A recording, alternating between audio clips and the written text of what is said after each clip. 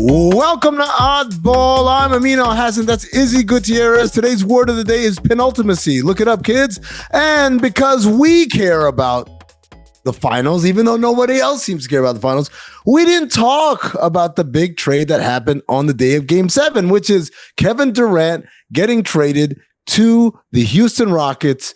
The Rockets gave up Jalen Green, Dillon Brooks, the 2025 top 10 pick that was actually Phoenix's to begin with, and 5 second-round picks. This was according to Shams Charania of ESPN. Izzy Gutierrez, was this a good move for the Rockets? God, I thought you were going to ask me to spell penultimacy, or whatever the hell you said. Do I think this was a good move for the Rockets? Man, I was hoping for this move. As a Rockets fan. I think everybody knows that, right? Okay. As a Rockets fan who was sort of over Jalen Green before the season started, like I thought he was a nice player. I thought he would be a good piece on a team that's loaded, but he can't be a team that relies on him as much as Houston did. Like they needed him in the half court. They needed him to close out games, and he just wasn't doing it. And so I think if you're talking about being able to keep your core, which is effectively Alperen Sengun, Jabari Smith, Amen Thompson, I mean, maybe throw Fred VanVleet as your vet core guy. If you can keep all that and add Kevin Durant and still keep some of your young pieces, Tari Eason, Cam Whitmore, I mean, this is a no-brainer. This is the type of deal that they basically create a short window, 2 or 3 years. But if they don't win in that championship, okay, sorry, KD, but the rest of them can still win. The rest of them are still young enough to keep going and try to build another, championship window around or with another star in there. So I think it was absolutely a home run for the Rockets, and they had the movable pieces. So for them to not do something like this, I thought would have been a huge mistake. And so I think it's the perfect guy. What do you need? When everything slows down, you need a half-court bucket. There might be nobody better in the league as an option than Kevin Durant. Yeah. And, if you look at all of their young guys, the most disposable of them was Jalen Green, right?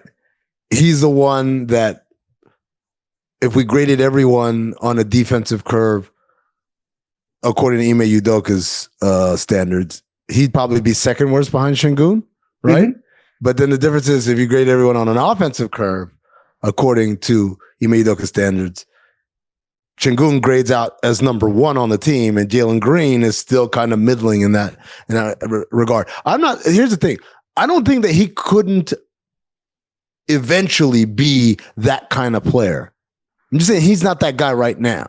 And if you have an ability to add to an elite defense, this incredible scorer, this incredible champion, and all it costs you is the guy that you would probably had to wait the longest on.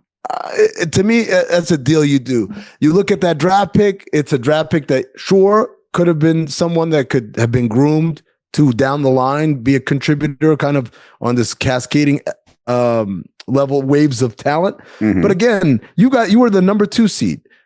The window was now. Yeah. And you can be cute and try to be, wait, hold on, let's see where this goes. And it may not go anywhere. Or you can make an aggressive move that really doesn't impact your core in the long term and doesn't impact your flexibility because you have all those other picks to begin with. Yeah. They only gave up 1 first-round pick, which is, that's pretty remarkable. It's a sexy pick. It's a number 10 overall pick. It's in this year's draft, so there's like an immediacy to it. It was, like you said, I think both sides kind of win on this. Can I just touch on the Miami Heat's offer real quick? I was going to ask you because there were 2 finalists. One of them was Houston. They got him. The other is the Miami Heat, and I've got a lot of questions, man. I'm just confused. Well, let's set up what the reported offer was. Right? It was Terry Rozier. I don't know why I said that name first. It was Andrew Wiggins, Jaime Jaquez Jr. There was a number 20 pick last year. Was there another player in there? Oh, Haywood Highsmith. So those were the 5 pieces versus Dillon Brooks, Jalen Green, and the number 10 pick. Look, if you're talking just basketball, I'm not talking about sexy names. I'm not talking about anything else. Just basketball. If I want to win tomorrow, I'm taking that group from Miami before I take Jalen Green and Dillon Brooks. Dillon Brooks, a good player on a winning team. Jalen Green, an unpredictable player on a winning team and somebody that needs the usage rate in order to be effective, right? And a guy who relies way too much on his athleticism. You take Andrew Wiggins, who's an all-star, not sexy all-star, like I said, just gives you things that you need. Defensively is very good. Offensively can be very good. Same with Haywood Highsmith, a great defender and, can spot up and hit threes for you there. The 20th pick next year versus the 10th pick this year, it could be a huge difference. Might not be, because lottery picks are no guarantee, right? And so, and you talk about the flexibility of the contracts, maybe that's a whole nother situation. The Phoenix Suns were clearly going to go for a bigger name, but even if they if I'm the Miami Heat and I see this setup and I'm like, wait a second, you're offering Jalen Green, Dillon Brooks, and a number 10 pick. That's a good package. So now if you're forcing me to add Kel'el Ware or who Nikola Jovic, who supposedly reportedly were untouchable. I don't think they were untouchable, Amin. I think the Miami Heat looked at the situation and they said, hold on. You're not taking our deal regardless. So all I'm doing is helping juice your deal with the Suns there and trying to get more out of them because, we're going to give you Kel'el Ware or, we're going to give you Nikola Jovic. No, we know that you guys were never serious really with us because they just have more to offer. It is what it is. And so it's being portrayed as untouchables. I'm sorry. Look, I just do not believe that Kel'el Ware or Nikola Jovic were considered untouchables in the KD trade. I think it's the way it's being painted. I would understand Kel'el Ware for sure. I don't think he's got great hands. He's not a great rebounder. Probably not going to ever really fill out and be that dominant defender. But hey, he's young. He's 19 years old, right? Or 20 whatever. But the what you're saying is, in essence, the flip side of what the reporting is. The reporting, I don't know if we have that tweet up. It's from John Gambadoro, who is a longtime drive time. He's the sports radio guy in Phoenix. He's got a lot of connections in the Suns. And he says the Heat made those guys untouchable because they were never really serious and that they just pretend to appease their fan base. So he's saying the Heat did it just for optics. That makes zero sense. And you're saying the Suns did it just for optics. If you knew how much pain the Miami Heat fans have been, and I'm not including myself, I'm a journalist. Miami Heat fans have been after going after KD and failing. Why would they tease him again? Why would they say, we're going to go after him again and then fail? No, they should say, we're not. Look, we understand we're not in position to win it next year. We don't need Kevin Durant right now. We're not going to make an offer. That would have made all the bleeping sense in the world. Izzy, let me ask you a question. The opposite makes zero sense. Pat Riley said, hey, let's go after him again. We know we're not going to get him, but the fans will be happy. No, the fans are pissed. Izzy, let me ask you a question. What if Rafael Stone, the GM of the Rockets, had been like, guys, Pat on one line.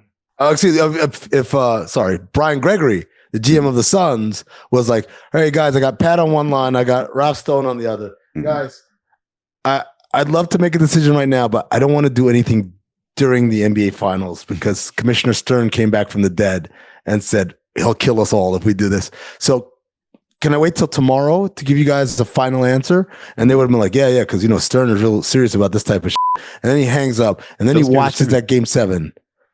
Do you think Brian Gregory makes a different decision on Monday morning? Based on, does Pat Riley make a different decision? Have the landscape changed significantly enough because of the injury to Tyrese Halliburton, where Miami says, "No, wait a damn minute. I think I got another first round pick for you right here." Well, listen, if second round picks was the deciding factor, I think Miami would throw all the second round picks in the world in their deal. No, I don't think necessarily, because saying you're this close to getting out of the East, it's the same thing as saying you're this close to winning an NBA championship. So if you believe that Kevin Durant will get you out of the East, you're going to do that regardless. And if you need one more piece, maybe at the trade deadline, you figure that part out and then win you the championship. So no, I don't think that would have changed. I thought you were going to say that they were just forcing the issue and be like, hey, let's wait till after the NBA Finals. And the Rockets like, nope, we're announcing it now. So you either got to stay with us or you're moving on. But no, I don't think that would have changed much of anything. I think, look, like I said, I think this was the best landing spot for KD, better than New York. New York would have been my second choice for him. You don't think Miami would have been a good spot for him? Not for what he wants, which is finishing his career with a title without Steph Curry. Like, do I think Miami could have made a nice run with him? Of course. But if I'm Kevin Durant, I'm not banking that they'll even make the finals again with me. Like, you can just hold on. If we're saying the deal, let's just assume they didn't have to give up Kel'el, where they didn't have to give up Nikola Jovic, which are just two ridiculous, untouchable names. But let's just assume that's real. Jokic. All right, let's assume that's real. By the way, my kid has this great joke about Jovic because he wears 5, excuse me. It's like, not only is he a bootleg Jokic, he couldn't even afford the other number on the jersey. That's what my kid said. But it's a good joke. If assuming all the untouchables, all the people that get sent were like Wiggins and the guys nobody wants or whatever, but they threw in a second first-round pick, so it's 2 firsts. You don't think Kevin Durant and that collection of whatever's left in Miami, with the East looking the way it is, I think that team would be a top 4 or 5 seed, and I think you could project them to be a conference finalist. I wouldn't pick them to win the Eastern Conference. I also wouldn't. The odds are in my favor that Tyler Hero won't be healthy for next year's playoffs. He's only really had 1, right? And so I think you look at the situation, you're just like, all right, maybe if I'm KD, maybe that core, oddly enough, might have maxed out a little bit, at least more so to my liking. The Houston Rockets are just more ready to go. So if the Heat aren't going to do it, which team in the East is going to convince themselves now that they're 1 move away? I think you know my answer here. My favorite answer here is the Detroit Pistons because they're 1 move away from making it a all Thompson twins final in just their 3rd year together, which would be wild. Make sure you don't trade Asar in that trade. I think the Pistons are looking at the Eastern Conference and saying, why are we so different than the Oklahoma City Thunder?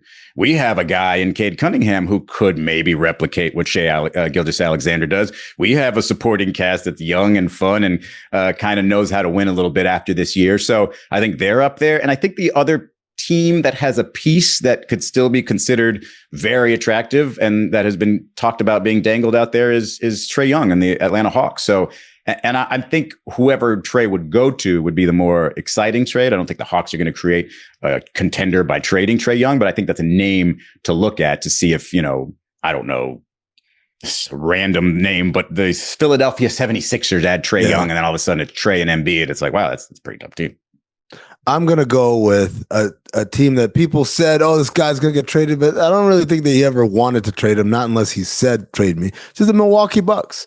And if you're the Milwaukee Bucks, you say, I've got Giannis. He's now probably the best player in the conference, undisputed.